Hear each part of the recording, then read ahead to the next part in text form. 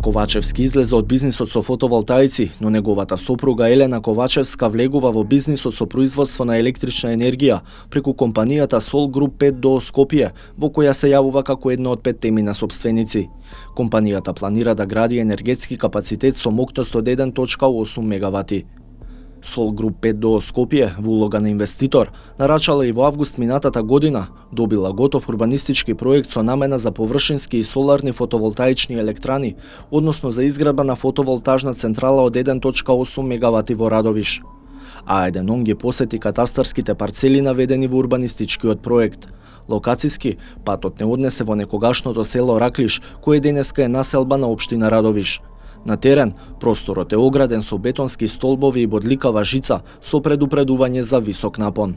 Според податоците од урбанистичкиот проект, парцелите имаат површина од 22.224 метри квадратни, додека само на пола од нив, односно 11.056 метри квадратни, е развиена површина за градба, каде е предвидено да никне централата за производство на електрична енергија од сончеви зраци.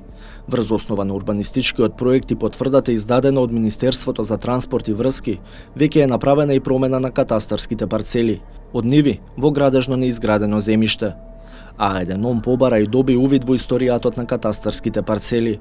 Документите покажуваат дека се работи за 5 катастарски парцели кои компанијата Сол Груп 5 до Скопје ги купила на 22 декември 2020 година од лицето Димитар Тренчев.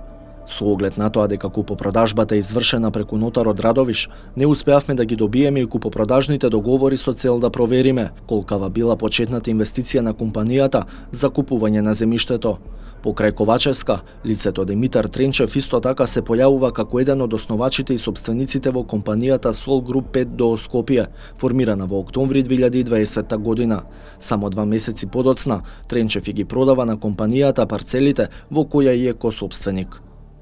Од Министерството за транспорт и врски за А1 потврдуваат дека ја воделе целокупната постапка во 2021 година за донесување на урбанистичкиот проект.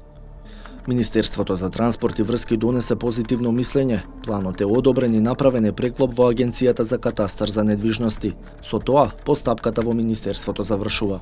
До овој момент, Сол Груп 5 нема поднесено барање за добивање на одобрение за градење до Министерството за транспорт и врски, ниту пак барање за издавање на лиценца за производство на електрична енергија од Регулаторната комисија за енергетика, која е предпоследна инстанца пред компанијата да може да излезе на пазарот за продажба на електрична енергија. Според урбанистичкиот проект за изградба на фотонапонската електрана е предвидено да се вградат фотонапонски модули од производителот Pixel Group. Тоа е компанијата на кумот на премиерот Ковачевски, Горан Паунов, кој периодов е актуелен во јавноста поради добиените исплати од Фондот за иновации и државна помош изминатите години токму за Pixel Group, но и за неговата друга компанија Ел Квазар, за која има кривична пријава во Скопското обвинителство за лажно спроведен надзор за улично осветлување во Газибаба.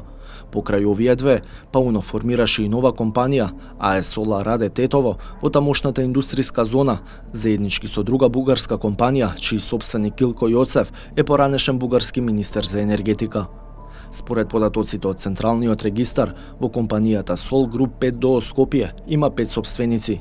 Покрај Елена Ковачевска и Димитар Тренчев, како собственик се појавува и Кирил Паунов, син на кумот на Ковачевски, кој е заведен и како управител на компанијата.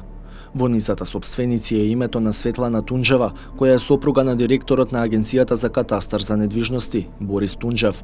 Адресата која е наведена како седиште на Сол Груп 5 до Скопје, на терен е и седиште на компанијата на Тунџева, Геопроект Инженеринг Дуел Скопје.